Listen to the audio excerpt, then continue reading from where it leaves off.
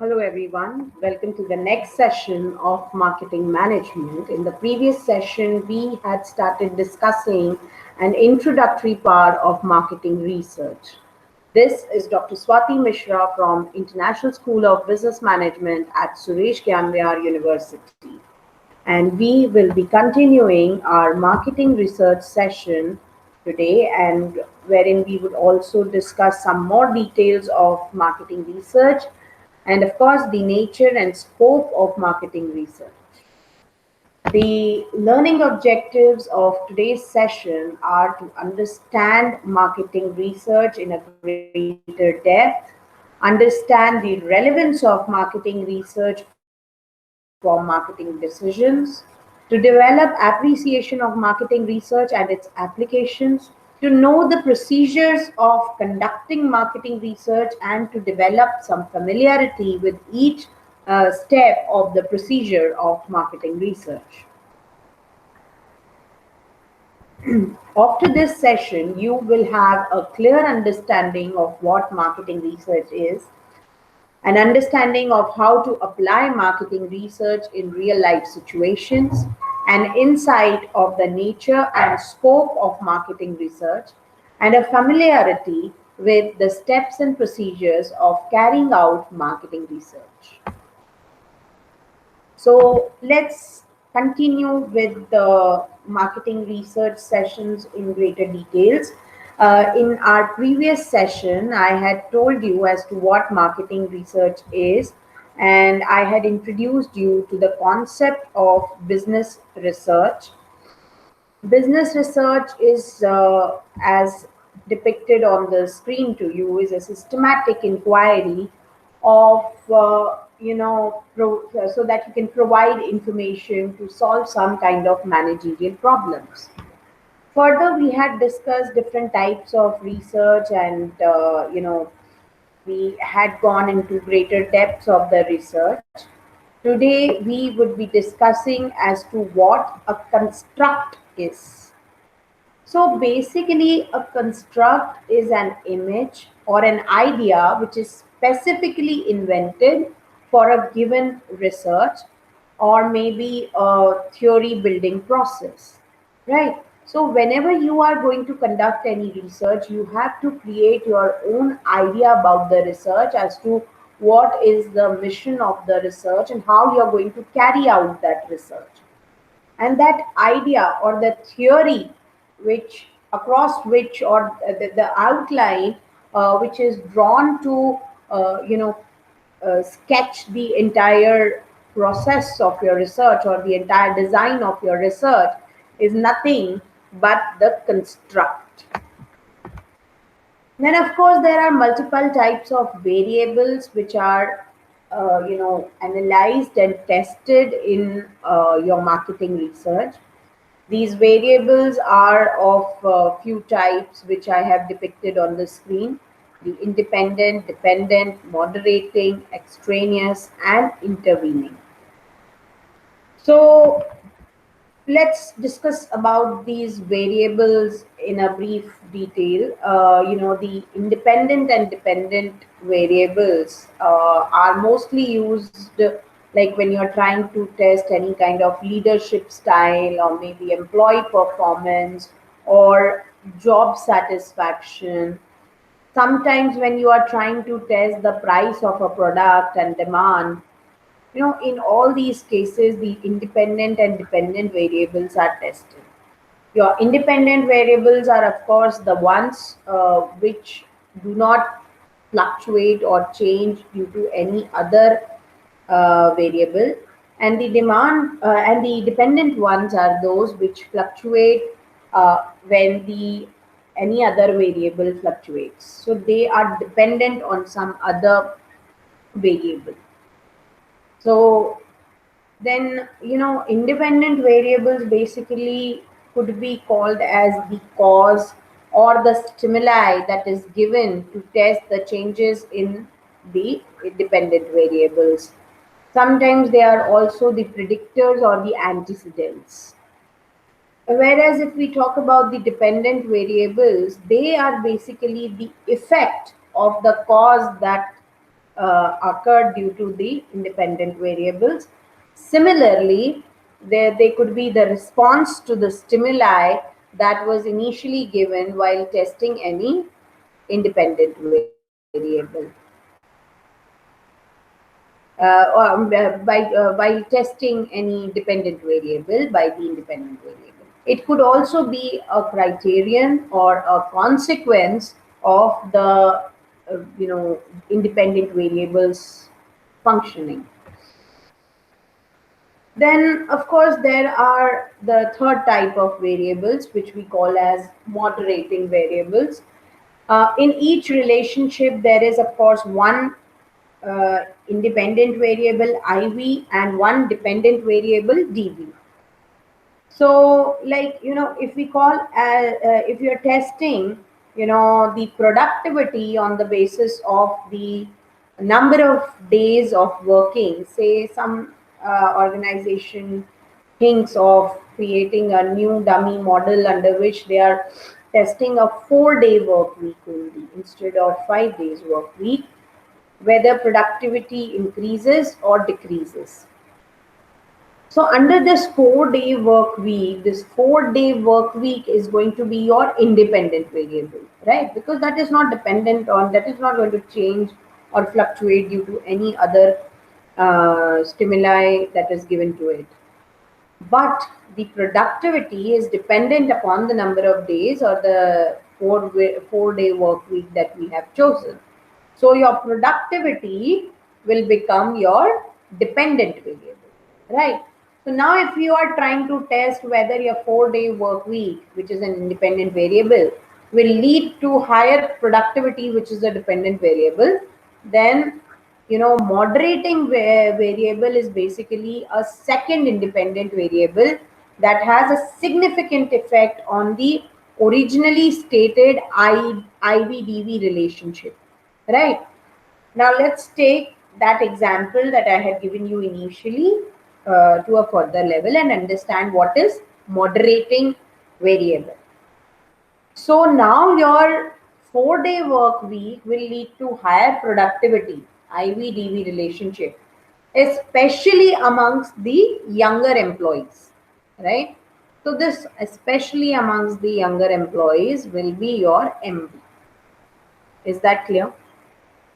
Why? Because an organization may understand that for the people who are above the age of maybe 45 or somewhere around 48 to 50, they cannot increase their productivity because of the age constraints, and that is why they need a 5-day work week. Whereas the younger employees, if they are given a motivation of 4-day work week and 3 days break, then they might increase their productivity. They might work with more efficiency, they might work more harder or smarter to achieve that benefit of 4-day work week.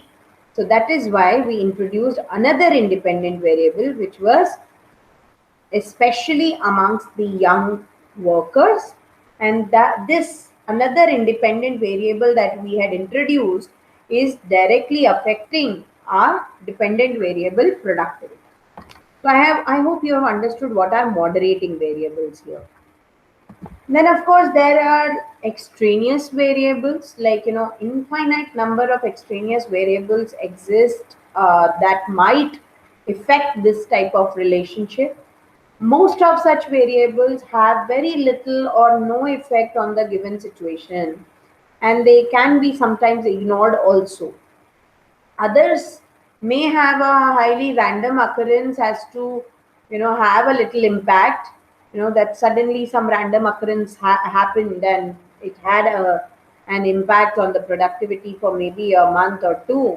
Like, say example, there were suddenly some rains, and because of which even the younger employees could not join the office on time, or maybe some kind of bird flu occurred, or maybe the labor went on strike, then there goes the productivity to a doom. And that is why, this kind of example that I have given you will be called as extraneous variable which has mostly no impact, but it can occur randomly and create an impact sometimes. Then there are intervening variables. Intervening variables, IVV, could be defined as a factor which theoretically affects the observed phenomenon but cannot be seen, measured, or manipulated. So, the effect of these kind of intervening variables can be inferred from the effects on the observed phenomenon. So if we say that this 4-day work week will lead to higher productivity by increasing job satisfaction. Now, this job satisfaction can be increased by various other methods. So, when you are trying to increase the job satisfaction, this job satisfaction could be IVV. Maybe you try to increase job satisfaction by ensuring your labor, or maybe installing some better safety methods in your organization. Sometimes by just improving the working conditions in which the employees were working, like maybe you uh, centrally air conditioned the entire office. So this is creating more job satisfaction for the people, and it can be creating some kind of productivity increase by increasing job satisfaction. That okay, fine, now I have a better working condition and I might uh, you know deliver a better or more efficient productivity now for my organization. So this kind of change might come in the employees. So I hope that what are intervening variables also is clear to you with the example that I just gave you. Now let's move ahead towards the propositions and hypotheses as to what is a hypothesis, what is a proposition in case of marketing research. So proposition is basically a statement about the concepts that may be judged as true or false. So, especially if it is referring to any kind of observable phenomenon. So, a proposition which is formulated for empirical testing would be known as hypothesis. So, whenever you are putting forward any statement in your research and then you are conducting your research, which at the end, after the analysis, will prove or disapprove your initial statement that you had put forward, would that put forward that statement would be called as the proposed statement or the proposition that you have made.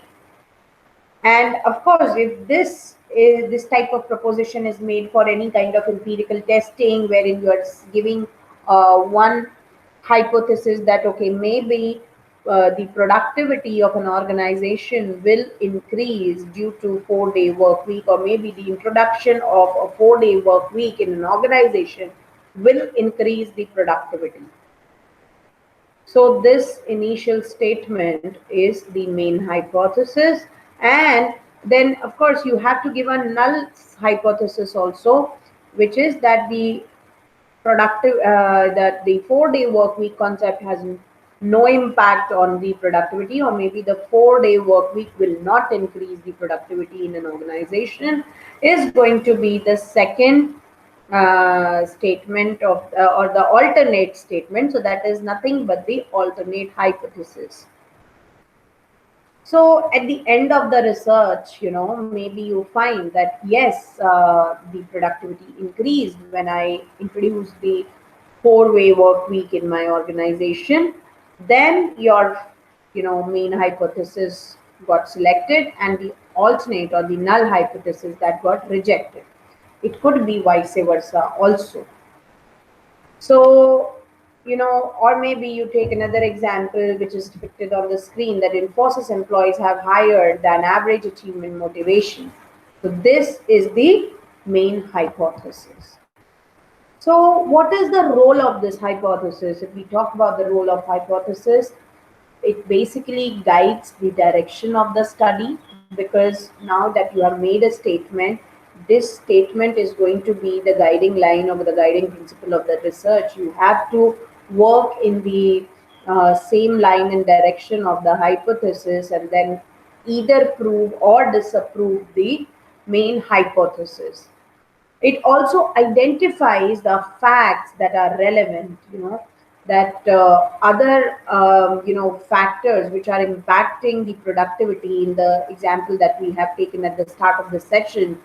So all these other factors, like maybe the age of the employees or maybe the job satisfaction of the employees, all these facts will be identified on the basis of the main hypothesis that we have selected. It also suggests which form of design is going to be more appropriate for conducting the research, and taking the research forward. It also provides a framework for organizing the conclusions that actually result out of the entire research that is going on. And of course, if we talk about the characteristics and types of a good hypothesis, good hypothesis should fulfill a few major requirements or main conditions. Like it must be adequate for its purpose, first of all, so that whatever statement you have framed at the start of the research, once you have understood the research problem and you have designed your research problem statement, after that you create your hypothesis, and these hypotheses must fulfill the purpose of the research. Okay. Then secondly, it must be testable. This hypothesis, you should be able to test them under different conditions. So it should have all variables and dependent and independent or any kind of extraneous or intervening variables as well. And then it must be better than its rival hypothesis. So hypotheses are also again of a few types, like descriptive hypothesis, relational hypothesis. These relational hypotheses are the ones which are actually correlating to variables, the dependent and the independent. It could be a causal variable, which is actually uh, showing you the cause and effect relationship between two variables. And if it is a descriptive variable, maybe it is describing the entire phenomenon. That kind of hypothesis can be framed. So when we talk about this descriptive hypothesis, it basically describes the existence, size, form, or maybe distribution of some variables. 80, say if we say that 80% of shareholders of HLL favor increasing the company's cash dividend. It can also be stated as a research question that do the shareholders of HLL favor an increased cash dividend? So either form is acceptable, but descriptive hypothesis format has its own advantages. For example, it encourages the researchers to crystallize their thinking. So that is why it states the entire research problem statement in such a manner that everything is included in that statement. None of the points is missing, and you have a clear-cut understanding of what the main research problem is and how we are actually going to conduct the research. That these are the statements on which our research is going to move, so that we can prove and disapprove these hypotheses at the end, and that is what is going to give us the result of the research. It also encourages to think about the implications of either an accepted or the rejected finding. It is also useful for testing the statistical significance of these hypotheses. If we talk about the relational hypothesis, in relational hypothesis, the statements that describe the relationship between two variables with respect to some particular case or some particular condition in which that research is going to be conducted or the experiment is going to be done. So that statement is going to be called as the relational hypothesis. Say maybe, for example, a foreign variable states that the refrigerators are perceived to be of better quality by the Indian consumers.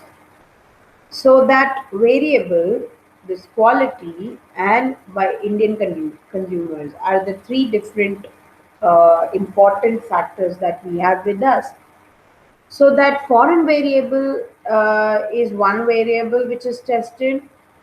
Then quality is the second variable, and of course, the Indian consumers is actually the case under consideration. So this is how the entire relationship is framed under a particular case by relational hypothesis. Now, if we talk about the types of relational hypothesis, I initially told you that there are two types: the correlation and the causal. So, correlation hypothesis, merely states that the variables which occur together without implying that one causes the other is basically a correlational hypothesis. For example, maybe we can say that people in Kerala give more importance to education than the people in uh, Mizoram or Punjab or any other state. So this is a correlational hypothesis. It is not showing any kind of relationship between the two, though. It's just a comparative type of a statement. If we say that in an office the old employees are more responsible than the young employees, so the old employees and the young employees do not have any relationship. They are having their own set working patterns separately. We are just doing a comparative analysis. So now, if we talk about the causal hypothesis, in this case, it is more of an explanatory type of a pattern. There is an implication that existence of one, or maybe the change in any one, will cause or lead to change in the other one, right? So there is a cause and effect relationship between the two. So in this case, the causal variable is called the independent variable, and the other one will be called as the dependent variable. For example, if I say that advertisements cause higher sales, then there is a cause and effect relationship between advertisements and the higher sales. So your advertising will be the causal variable, and the sales will be the effect of that cause, or the dependent variable. Or if I say that increase in income leads to higher savings. So increase in income is the independent variable, and higher savings is the dependent variable. And you are showing a causal relationship between the two, causal or an explanatory relationship. So with this, we have understood what are the different types of hypothesis, and we have also understood the different types of variables. Now we move ahead towards the value of a theory. Say, the whenever you are theoretically testing any, you know, cause effect relationship or a correlational relationship, the value of a theory basically narrows the ranges of the facts we need to study. It suggests which research approaches which will yield the greatest meaning. It also suggests, what kind of data classification system should be used. It ultimately summarizes what is known about an object of the study, and it also helps you to predict further facts that should be found. So now that we have studied in a greater detail as to what marketing research is, what is how we conduct the research, and how hypothetical testings are done, what are the different types of hypotheses, what are the different types of variables. Now we can once again, define our marketing research. So according to the American Marketing Association, marketing research is the systematic gathering, recording, and analyzing of data about problems related to the marketing of goods and services. Similarly, Philip Kotler has his own definition, which is quite similar to this. AMA, wherein he states that MR is the systematic design, collection, analysis, and reporting of data and findings relevant to a specific marketing situation which is facing the company. So, and if you want, that it could be relevant to add a word continuous to the above definitions. Now we move ahead towards discussing the purpose of MR. Uh, though I have explained it to you now and then, we were discussing the different topics of MR, but the main purpose of marketing research would be to improve the quality of the decision making process by providing the correct information to the marketeers of an organization, or maybe the advertising team of an organization. So it also helps you to reduce the risk associated with the managerial decision making process. This risk could occur due to different types of uncertainties, like the expected outcome of any situation, or maybe about the future environment. For example, if an organization is starting, uh, like Ford had launched Cell, which was the car for the youth. So, what kind of risk is involved in this launch? That could be, actually found out through marketing research.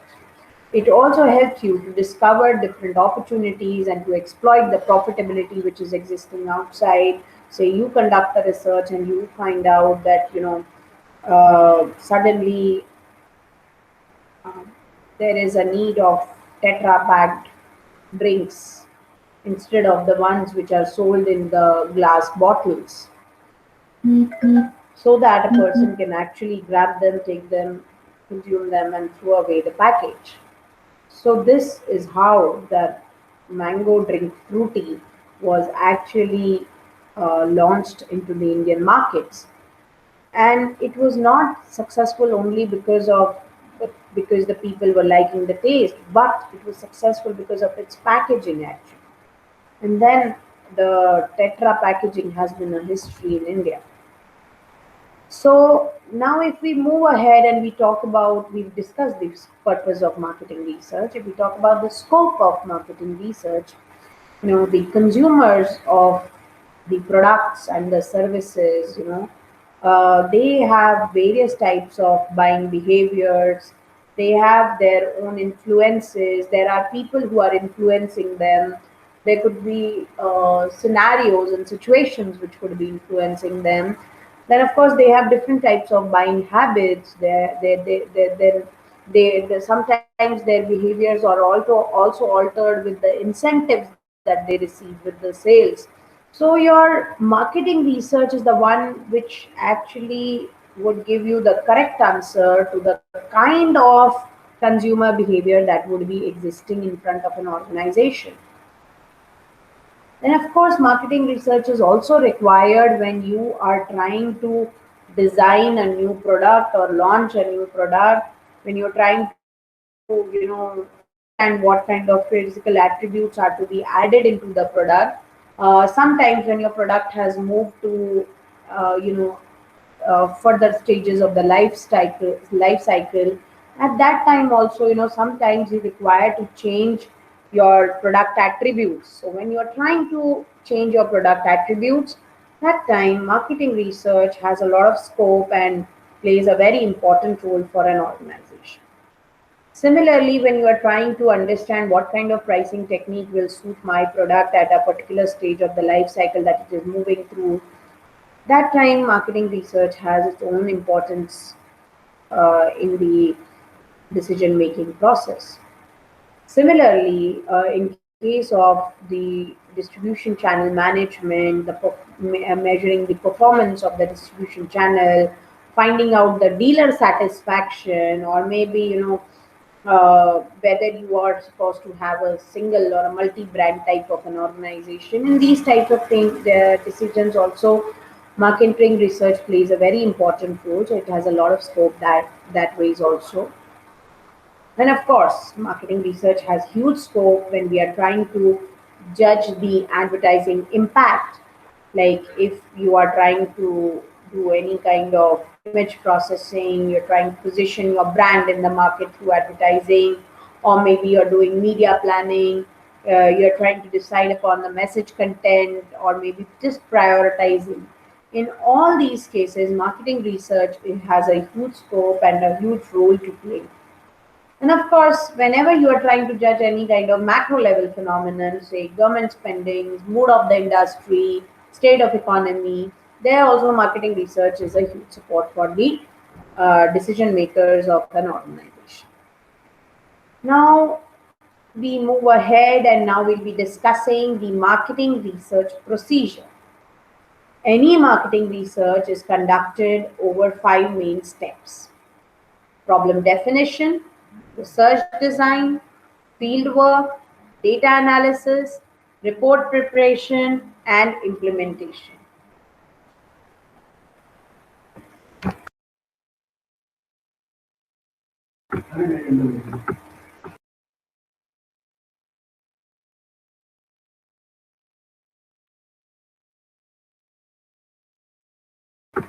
So now we move ahead and we will be discussing the marketing research question hierarchy. So in front of you on the screen, a hierarchy has been depicted where a step-by-step movement of the research is shown hierarchically, wherein the first step is the management dilemma. The second step is the research questions.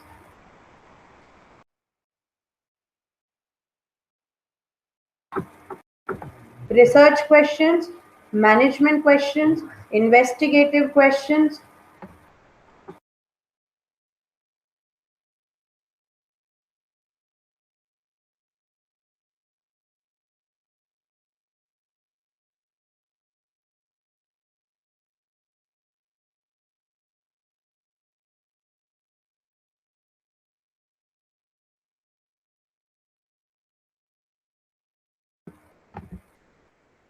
Management questions, investigative questions, measurement questions, management decisions.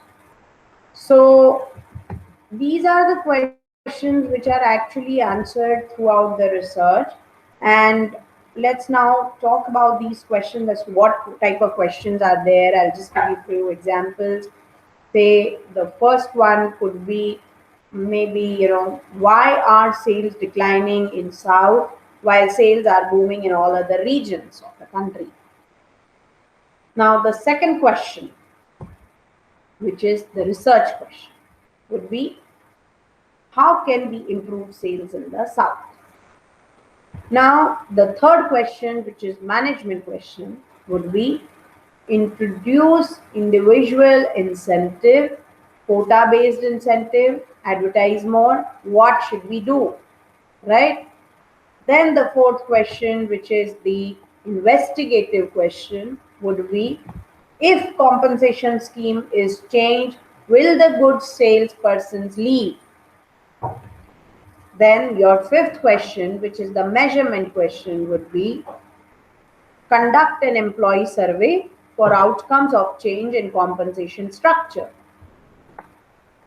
And then after answering all these questions, you finally reach to answering your management decision, as to what should be done in such cases. So whenever you are trying to work with the hierarchy, you are actually, trying to solve the management dilemma. Say any kind of symptom of an actual problem is analyzed and judged as to how it has to be tackled, or maybe, whether it is, not so difficult to identify a dilemma. However, choosing one to focus on may be more difficult. And sometimes it also needs to, prioritize things properly. So, in all these things, whenever you are working with your hierarchy, these are the few things which are supposed to be sorted out to handle your management dilemma properly. Then, of course, there are multiple management question categories also, like, say, choice or purposes or objective, generation and evaluation of solutions, troubleshooting or control of the situation, Similarly, whenever you are working with the hierarchy, you have to fine tune your research questions, which actually examine the concepts and constructs for you. You have to break your research questions into specific second and third level questions also. In some conditions, because of this breakage of the questions into second and third level questions, your sub hypotheses are also created. And sometimes you require multiple hypotheses to actually reach the objective or the final uh, answers to the management decision dilemmas that are there, and to take the correct management decision. Similarly, it also involves the verification of the hypothesis and the quality testing of the hypothesis before you actually start conducting your research.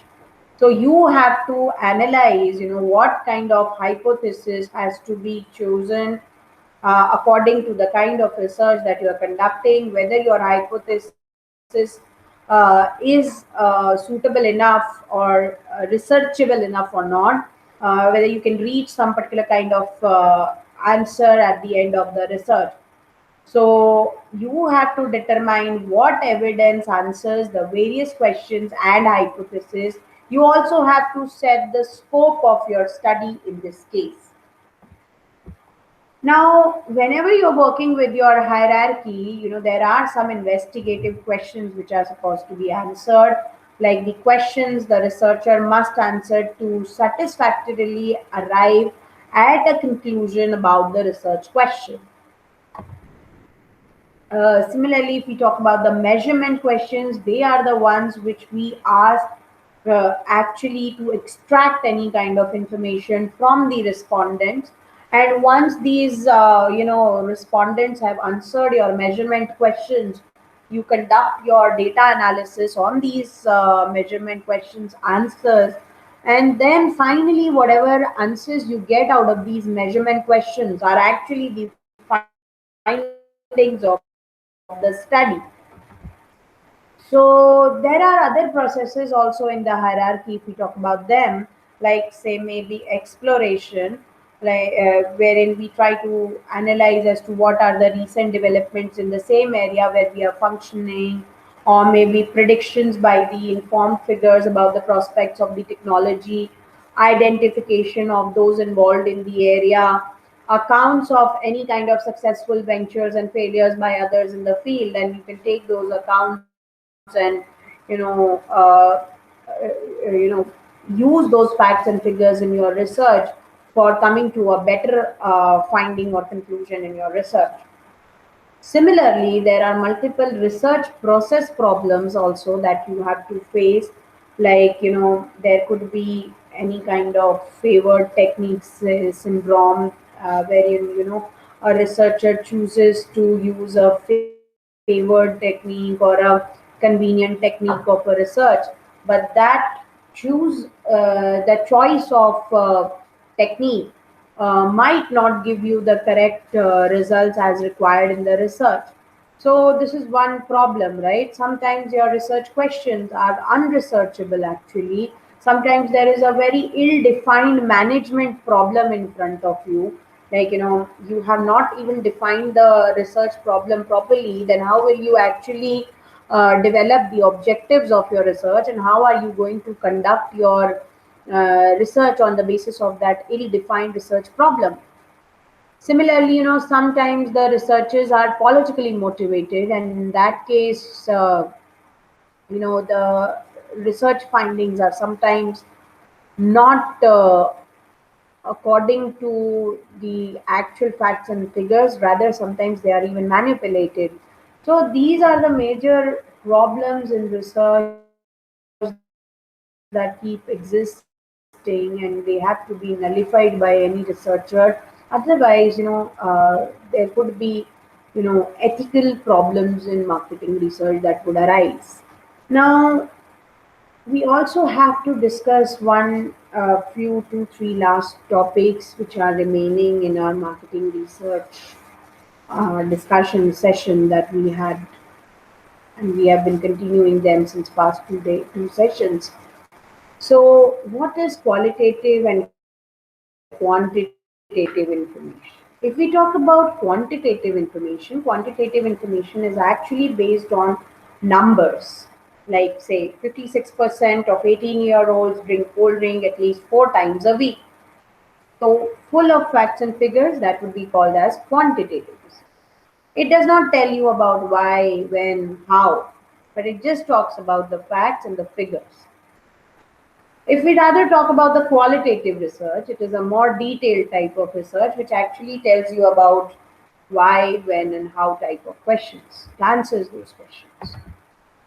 So we have already discussed the purpose of marketing research. Once we have done the entire part, I have also tried to depict it in a very simpler diagrammatic manner here. If you can see, the purpose of marketing research is to understand the size of the market, to understand the market trends. If any kind of forecasting is required by any organization, marketing research helps in that type of forecasting also.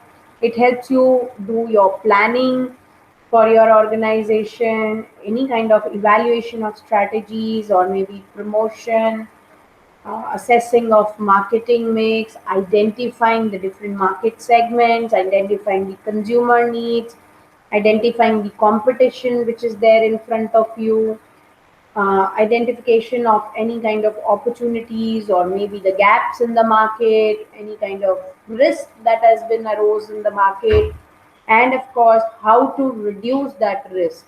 All these aspects are, covered under the purpose of your marketing research. Your marketing research helps you come to a conclusion or helps you take the correct marketing decision in all these cases.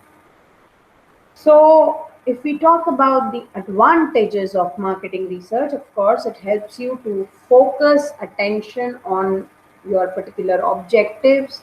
It aids into your forecasting, planning, and strategic development in your organization. It also helps you to reduce any kind of risk of new product development or maybe launching of a new product. It helps you communicate the image and vision of your organization properly to the outside world, and it also brings in more valuable information for your organization whenever your organization is working at a global platform. Now, if we just try to find out the cons also of marketing research, there would be some disadvantages like, information only good as the methodology can be used here, and it can be sometimes inaccurate or unreliable if the correct marketing technique has not been devised for the use in a particular research. The results may not be what the business wants to know or hear. It may sometimes stifle the initiative and the gut feel that a management or a manager is having. And it is, of course, always a problem that we may never know enough to be sure. So these are a few disadvantages of marketing research to be jotted down. And with this, we have reached to the ending of the sessions of marketing research. Post this, we will continue with some more, marketing management concepts after these sessions. But before we come to an end, here is a small quiz for you. Here's my first question. Question number one: marketing research doesn't play a very vital role in today's globalized world of advertising. A, true; B, false. Of course, it is false. Next question: marketing research helps to focus the attention of an organization on its objectives. A, true; B, false. Answer is A, true. Next question: the purpose of marketing research would include A, forecasting; B, assessing marketing mix; C, identifying the consumer needs; D, all of the above. Yes, the answer is D, all of the above. My fourth question is: quantitative techniques based research deals with facts and figures. The options are true or false, and the answer is A, true. Here's my fifth question: The favored technique syndrome and the company database strip mining are few of the A. Research reporting techniques, B. Types of research study, C. Research process problems, D. Data analysis tools. And the answer is research process problems C. The sixth question is which of the following is not true about the research question? A. It examines the concepts and constructs. B. It breaks research questions into specific second and third level questions. C. It is only needed to disqualify the hypothesis with quality testing. D. It determined what evidence answers the various questions and hypotheses. And the answer is C. It's only needed to disqualify the hypothesis with quality test. So it is not only needed to disqualify them, but rather test them. Here's the next question, seventh one. Which is the first step of marketing research process? Problem A, problem definition. B, research design. C, fieldwork. D, data analysis. And the answer is A, problem definition. Here's the next question. Intervening and extraneous are types of A, hypothesis. B, research tools. C, variables. And D, research designs. Yes, the answer is C, variables. Intervening variables and extraneous variables. Question number 9. Moderating variable is a second dash variable that has significant effect on the originally stated IV-DV relationship. So the options which are given here are A, dependent, B, independent, C, intervening, D, extraneous. And the answer is yes, independent variable. And this is the last question that I have for you. A construct is a dash specifically invented for a given research or theory building purpose. A, variable. B, representation. C, definition. D, image or idea. Yes, the answer is image or idea. Construct is an image or idea which is specifically invented for a given research or theory building process, right? So with this, we have come to an end of this session and the quiz as well. I have thoroughly enjoyed taking this session for you. I hope you have enjoyed it as well. Thank you so much for viewing my sessions. This is Dr. Swati Mishra from International School of Business Management at Suresh Gyan University, Jaipur, signing off.